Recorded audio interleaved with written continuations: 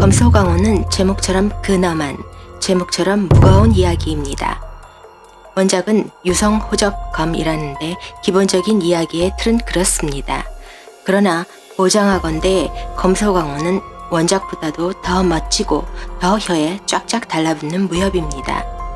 오죽하면 유성호접검의 타이틀을 붙이지 않고 자신만의 제목을 떡 달았겠습니까? 자신 있다는 거지. 무협 영화 좋아하면서 아직까지 검소강호를 접해보지 않았다면 지금껏 안고 없는 찐빵을 꾸역꾸역 먹고 있었다고 생각해도 무방합니다. 검소강호의 포괄적인 주제는 욕망입니다.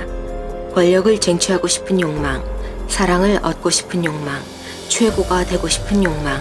욕망이란 주제는 많은 무협에서 기본적으로 나오는 주제입니다. 뭐 특별할 것도 없죠. 그러나 욕망을 검소강호처럼 뼈저리게 다룬 작품도 흔치는 않습니다. 한비자는 만족할 줄 아는 욕망이 진정한 욕망이라고 보았습니다. 허용되는 범위 내에서 욕망의 발전은 인간의 필요악이라는 말이죠. 그런데 검소강호는 허용되는 범위를 넘어선 행동을 보이는 등장인물들의 심리 묘사와 갈등 구조에서 그 묘미를 보입니다. 검소강호 1997년 홍콩 아시아 TV 무협 드라마 시작합니다. 처음 도입 부분부터 등장하는 일본 무사 유생일검의 서소강입니다. 유성호접검을 알고 있다면 갑자기 웬 일본 놈이 튀어나오나 의아해 하실 겁니다. 예, 원작에는 없는 인물이 유생일검입니다. 얘가 일본 무사이든 아니면 중원의 무사이든 검소강호의 줄거리 전개에는 전혀 지장이 없지만 얘가 또 이야기에 감도 놓고 배도 놓으니까 대강 머릿속에 꾸겨 나오시기 바랍니다. 유생일검의 서소강은 유성호접검과 좀 인연이 있었습니다. 1976년 추원 감독의 유성호접검에도 출연했거든요.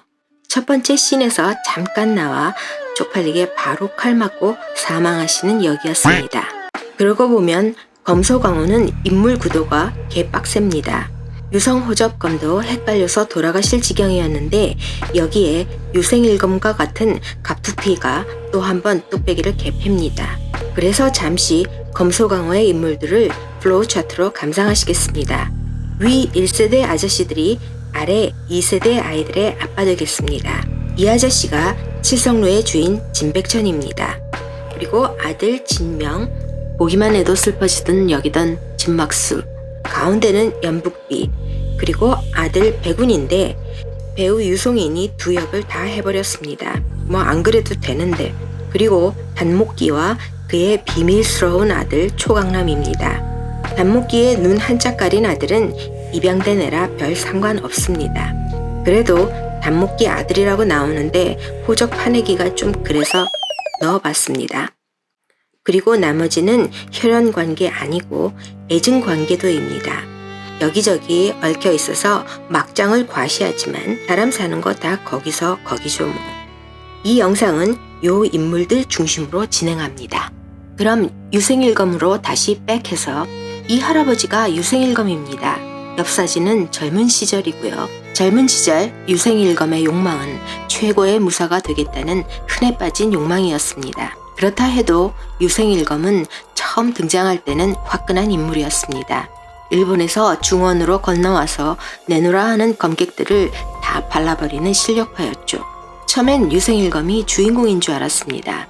개 멋있었어요. 그는 연북비에게 패한 후 중원의 모든 고수를 깨고 싶었던 욕망이 좌절되자 명예로운 죽음의 방법으로 할복을 택합니다. 일본인들에게는 아름다운 미학의 완성판이라는 할복. 지금까지 중원의 무인들에게 익숙해져 있던 저에게는 왜 죽는지 알 수 없는 보신탕 생각나는 죽음입니다. 할복을 할 때는 남들이 보고 있는 데서 해야지 아무도 없는 곳에서 한다면 이것도 아름다움에 위배되는 행위입니다. 어린아이가 보는 사람이 없을 땐 잘 놀다가 누가 있으면 울고 떼쓰는 것과 일맥상통합니다. 일본인들의 무사정신은 어떤 것일까요? 일본 무사의 가치관념은 단순합니다. 주군에게 절대 충성을 보여야 하는 강렬한 책임감이 일본 무사정신의 포인트죠. 뭐 비교를 하자면 중세 유럽의 기사 계급 정도? 월급 받아야 식구들 먹여 살릴 수 있는 계급, 목근육이 포도청인 직업, 뭐 그런 것입니다. 그런 의미에서 유생일검의 스타일은 단순히 중원의 무인들에게 일본 옷을 입히고 게다짝 신기고 일본적인 약간의 색채를 가했을 뿐이지 일본 전통무사는 절대 아닙니다. 일단 헤어스타일이 사무라이 아니고요. 유생일검 자신은 그렇게 사이비 일본 무사이면서도 먼 훗날 지가 살려낸 초강남에게는 일본 무사처럼 무조건적인 복종을 요구합니다. 약간의 스포일러를 때리자면 유생일검은 죽은 자 가운데 다시 부활하십니다. 그런데 이미 죽은 연북비를 이겨보겠다는 생각에 두고두고 여러 사람 개고생시키는 인물입니다. 죽은 연북비를 어찌 이겨. 유생일검이 우아하게 바닷가에서 죽음을 맞이한 후 부상휴가 아니 부상 결혼식을 받은 마교 출신의 싹고수 연북비는 정파 인물들에 의해서 암살당합니다. 홀레복을 입고 저승길로 향하는 많은 무협신들. 결혼식 장면이 나온다면 일단은 느낌이 쎄하죠. 그때 모종의 사건이 발생한다고 보면 정답입니다. 아내와 함께 죽음의 길로 들어선 연북비는 최고 경지에 다다른 무인이 은거에서 가족들과 잘 먹고 잘 사는 전형적인 케이스였습니다. 이런 캐릭터는 어떤 이유에서든지 당연히 다시 강으로 발을 들여놓게 되죠. 그러고는 죽는 거죠 뭐. 그리고 다음에는 그를 쏙 빼닮은 아들놈이 장성해서 그때 그 사람들을 몽졸이 개박살 내든지 아니면 사랑으로 용서하든지 뭐 그런 뻔한 내용이 전개됩니다. 연북비의 면상을 그대로 카피한 아들이 백운입니다.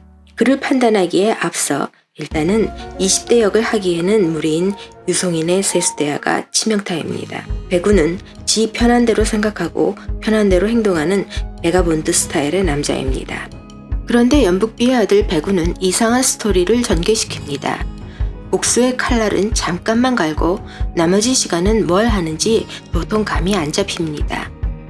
애 딸린 이 이쁜 아줌마 진막수를 사랑하고 그녀와 함께 사는 것까지는 좋았습니다. 근데 보통 사랑이 많은 남자들은 절대로 혼자서는 못 산다는 통계를 증명이나 하듯이 진막수가 죽자 금세 또 다른 사랑에 빠져듭니다. 이 부분이 또 원작 유성호접건과는 생판 다른 방향입니다. 그렇지만 백운의 문제는 여러 개일 수 있는 사랑에 있지 않습니다. 세상에 한 번만 사랑하는 사람이 어디 있겠습니까? 소연이라는 여자의 관계에 넘어가 아버지 연북비가 되려고 하던 백운의 정체성, 아니 정신 상태가 좀 정상은 아닌 듯합니다. 어린 시절 백운에게 영웅과도 같았던 아버지처럼 되고 싶은 욕망은 늘 그에게 감춰져 있었습니다. 그런 욕망이 유생일검과의 결전을 벌여야 한다는 상황에 핑계를 대면서 현실로 나타난 것입니다. 문제는 아버지처럼이 아니라 아버지 연북비 자체가 되려고 한 점입니다. 어떻게 백운은 그렇게 쉽게 가스라이팅 당했을까요? 자객으로 밥 먹고 사는 직업과는 달리 백운은 그닥 독립적인 인간이 아닙니다. 매번 무언가 내적인 조종에 복종해가면서 사는 모습이 역력한데요. 어린 시절 백운의 이상적인 인간형이던 아버지의 심리적인 지배력이 커서는 함께 개고생하던 신효월이라는 여자에게 넘어갑니다. 즉 아버지의 역할이 효월에게 넘어간 거죠. 상황에 따라 백운의 아버지를 대체하는 인물은 효월에서 애 딸린 예쁜 아줌마 진막수로 그리고 소연에게로 넘어갑니다. 백운의 모든 행동은 자신의 의지와는 전혀 관계없이 이 주변 여성들에 의해서 설계됩니다. 엄마가 시키는 대로 다 하면 편하지만 왠지 들떨어진 것 같지 않습니까? 백운은 그걸 알지만 모르는 척 모든 심적 부담에서 탈피해버립니다. 이런 놈이 주변에 있다면 우리는 마마보이라고 놀리면 됩니다. 개 짜증나는 주인공의 유형입니다. 검소광호에 또 다른 흐름이 있다면 그것은 당연히 초강남이라는 인물입니다. 편안하고 낙천적인 성격으로 주위 사람들에게 신망을 받지만 양의 탈을 쓴 늑대의 전형으로 냉혹한 인물로 묘사됩니다. 그만큼 우유부단한 점 없이 성격의 확실성도 보장됩니다. 야심을 숨기고 진백전 칠성로의 제2인자로 그의 인생을 살죠. 부드럽고 현명한 남자로서 위장한 초강남은 악역의 카리스마를 한 손에 거머쥐고 누가 검소광호의 주인공인지 헷갈리게 합니다. 내 기억 속의 검소강호는 초강남이 주연입니다. 그러는 편이 더 자극적입니다. 초강남이 변화하는 모습을 따라가다 보면 그가 정말 악역인지 아닌지 의심하게 됩니다. 온몸이 쭈뼛서는 초강남의 인물 설정에도 불구하고 그의 삐뚤어진 사랑에 연민을 느끼지 않을 수 없고 그의 계략이 성공할 수 있다면 하는 바람도 있었습니다. 사실 초강남의 계략이 성공하여 그의 아버지 단목기가 모든 걸 장악한다 해도 저에게 달라질 것은 아무것도 없었으니까요. 기왕이면 계획된 인생을 향해 달려가는 초강남이 성공하는 것을 보고 싶었습니다. 웃음소리가 다소 거슬리기는 합니다. 인간의 생명에는 끝이 있지만 타락한 지혜에는 끝이 없습니다. 자연의 섭리를 무시하고 잔대가리 굴러가는 대로만 간다면 초강남과 같은 결말을 가져올 수 있겠죠. 초강남은 현실을 떠나서 살면 안 되는 인물입니다. 아버지 단목기를 위한 인생인지 자신을 위한 인생인지 철저히 생각해보고 살았다면 진막수와 결혼하여 행복하게 살았을런지도 모르는 일입니다. 그러나 이마저도 백운처럼 아버지 자체가 되고 싶어 했던 것보다는 100번 낫습니다. 그렇지만 화끈한 악역이 아니라 빡치는 악역이었던 초강남은 내내 시린 가슴을 쓸어내리게 합니다. 진막수에 대한 잘못만 없었더라면 멋진 인물이었을걸. 검소강호의 또 다른 특징은 비련의 인물들 집합소라는 것입니다. 하나씩 따져봐도 행복한 인물이라고는 일도 없습니다. 초강남 못지않게 슬픈 그러나 자신이 원하는 죽음을 맞이한 사나이가 바로 진명입니다. 진명은 진백천의 아들로 무예도 뛰어나고 인품도 좋은 편입니다. 성격 급하고 싸움에 능한 이 남자가 아내를 사랑해가는 과정을 보고 있노라면 그의 부인이 얼마나 행복한 여자인지 느낄 수 있습니다. 싸우다 죽을지언정 비겁한 인생을 거부하는 진명은 단목기의 아지트로 향합니다. 그러나 단목기의 뚝배기는 구경도 못한 채 영웅적인 죽음을 맞이합니다. 그런데 이런 사건이 생길 수 있도록 허락을 해준 진명의 아버지 진백천. 그는 진정 아들을 위해서 자살특공대를 허락한 것일까요? 아니면 자신의 명예를 위해서 허락했을까요? 명예 때문이라면 진백천은 죽일 놈입니다. 이쯤 되면 세 명의 아버지 진백천, 단목기, 그리고 연북비 누가 잘난 아들을 두었는지 누가 꼴통 아들을 두었는지 결말이 나 있습니다. 연북비 미안, 네 아들 백운이 제일 후져. 사실 진백천은 검소강호의 주축을 이루고 있는 중요 인물입니다. 그는 무당파 출신으로 장문인 지위까지 오를 수 있었습니다. 그러나 연북비에 대한 죄책감으로 칠성루를 만듭니다. 평안한 강호를 만들어 보답을 하겠다는 생각을 하는데 과연 그럴까요? 이 아저씨 멋있는 건 혼자 다 하죠. 강렬한 카리스마와 강호를 이끌어가는 지도력, 거기에 빠질 수 없는 차가움, 이성적이고 냉철한 두뇌를 가진 인물입니다. 따뜻한 남자는 주인공으로 재미 못 봅니다. 남자들의 세계에서 떠나 검소강호에 중요한 흐름을 주는 여자들이 등장합니다. 이 여자들 가운데 누구도 무공이 뛰어난 것 같지는 않습니다. 그러나 그들의 역할은 사소한 딴 인물보다 훨씬 더 막강한 파워를 보여줍니다.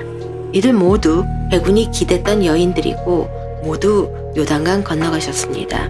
그러고 보니 백운이 재수 엄붙은 놈이네요. 가장 확실한 여자는 역시 신효월.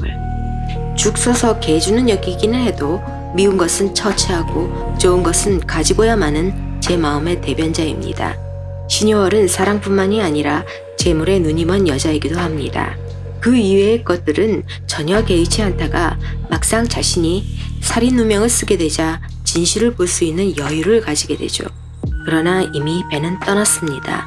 밉살스러웠지만 끝내 가련한 마음이 앞섰던 신효월.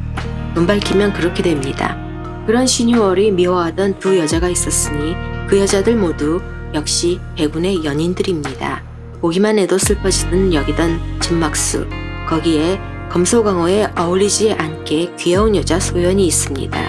이에 영화 풍운에서 곽부성과 정의건을 어장관리하던 바로 그 여자애입니다.